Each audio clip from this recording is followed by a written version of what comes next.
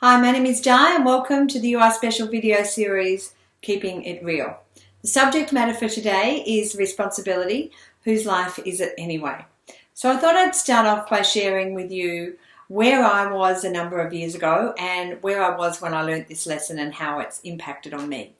So I was age 32, so it was quite a long time ago, and I found myself in a place that wasn't really what we would consider to be happy. I'd finished a marriage, I had 2 young children, I was quite depressed, and I saw no hope for the future, and I thought my life at that point was all about what had happened to me. And so I went along and did a personal development course. It was the first foray into any personal development I'd ever done. It was a course that the government at the time had paid for me to go and do to improve where I was and to start my life again. It's a shame they don't do that now still. So anyway, I went along on the first day, fronted up, and we were asked to share our story. And I shared my story with a lot of passion and a lot of emotion, because I was quite good at telling it by then. And then at the end of when everybody had told their story, the facilitator said, "Well, that was a really interesting story, Di. Now tell me what you're going to do about your life." And I said to her, "I don't think you actually heard me. I don't think you heard about what's happened to me in my life.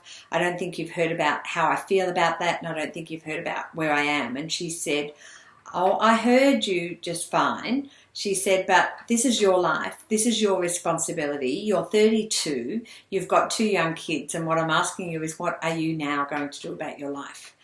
And I have to tell you, firstly, I hated her. And secondly, it was a major, major revelation to me.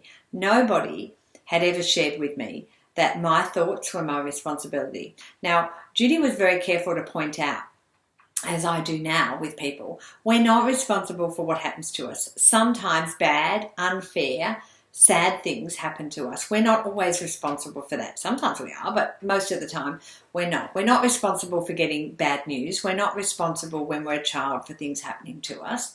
And we're not responsible for often things happening to us the first time. But we are responsible for what we do about what happens to us. And so she also talked about we're responsible for our thoughts. And at that time, I thought, what a load of bulltish, because really, these negative thoughts keep coming up, and how could I ever change them? But along the way, I started to learn that it was really powerful and a great thing to take that responsibility. Because up until then, it had been easier to blame the government, to blame men, to blame my parents, to blame my sister, to blame everybody else for my life, my ex-husband, to blame everybody else for my life being the way it was at that point. But the truth was, once I started to take control and take that responsibility, then I started to think about what my thoughts were and what I was going to do about them when they came up. And so I started to focus on good things in my life.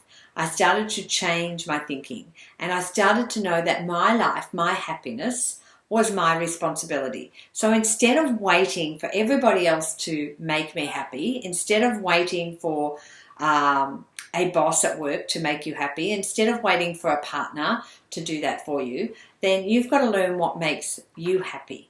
And so many people would rather sit in not taking responsibility and blame. Victim blame mode, poor me, life's fair, life's unfair, and I'd rather be a victim. I'd rather blame my partner for making me unhappy for 10 years than taking responsibility and doing anything about it. I'd rather blame my boss or my work colleagues for my life being the way it is. But once we start to take that responsibility, once we start to take on board, my life is my responsibility, my happiness is my responsibility, we get to really know what makes us tick. And it would be really lovely if somebody would come along and take control of our happiness. But the truth is, it's only us. We go to bed with ourselves, we wake up with ourselves, and we cannot divorce ourselves. So I hope that this message inspires you, if you haven't already been, to take some level of responsibility and saying, what can I do about my life?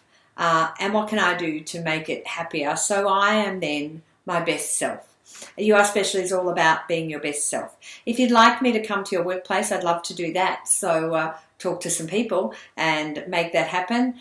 Please like, if you want to, like and subscribe to the YouTube channel, and or like and share this video. It may help somebody that you know in your life, but it's a really powerful thing to take responsibility, and I've learned that, although it can sometimes be really scary too. So have a great day. Remember how special and wonderful you are, and I'll see you next time. Bye.